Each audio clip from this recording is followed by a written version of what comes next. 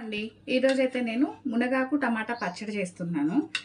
మునగాకునైతే వేయించుకోవాలండి. పచ్చిమిరపకాయలు కొంచెం దాంట్లో మినపప్పు కూడా వేయించుకుని పెట్టుకోవాలి. ఒక 2 టమాటాలు కూడా వేయించుకోవాలి.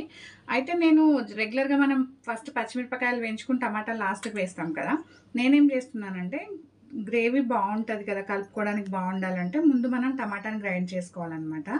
టమాటాతో పాటు వెల్లుల్లిపాయలు ఉంటాయి కదా, అవి కూడా వేసి ఫస్ట్ గ్రైండ్ చేసేసుకుంటాను. ఆ తర్వాత ఒకటి వేసుకుని గ్రైండ్ చేయాలండి. చాలా బాగుంటుంది, ఒకసారి ట్రై చేయండి. ఇదిగోండి కొంచెం చింతపండు పేస్ట్ దాంట్లోకి. ఇప్పుడు ఇవన్నీ వేసేసుకోవాలన్నమాట. మనం దీన్ని మెత్తగానే పేస్ట్ చేసుకుంటే బాగుంటుంది, కచ్చబద్దగా అట్లా ఏం అవసరం లేదు. ఇవన్నీ వేసేసుకున్న తర్వాత సాల్ట్ వేసుకుని తాలింపు వేసుకోవాలండి. ఇదిగోండి జీలకర్ర కొంచెం, వీటిని గ్రైండ్ చేసేసుకుందాం మనము.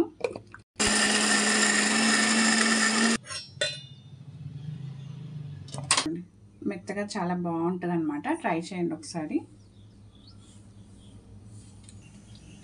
ఆయిల్ అండి ఒక 2 స్పూన్స్ అయితే పడుతుంది. తాలింపుకి ఇదిగోండి కొంచెం ఆవాలు, కొంచెం జీలకర్ర, ఇదేమో కొంచెం ఆయిల్, కొంచెం మినప్పప్పు, కొంచెం శనగపప్పు, కరివేపాకు, ఇదిగోండి యాజ్ యూజువల్ అన్నిట్లో నేను ఇంగువ వేస్తాను కదా, ఇంగువ, కొంచెం పసుపు. తాలింపులో ఈ చట్నీ వేసేసుకుంటే అయిపోయిందండి. మన మునగాకు చట్నీ అయితే రెడీ అయిపోయింది. వేడి వేడి అన్నంలో కొంచెం నెయ్యి వేసుకొని మనం తినడమే లేదు.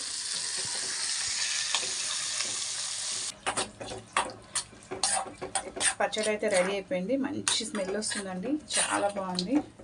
మీరు కూడా ట్రై చేయండి.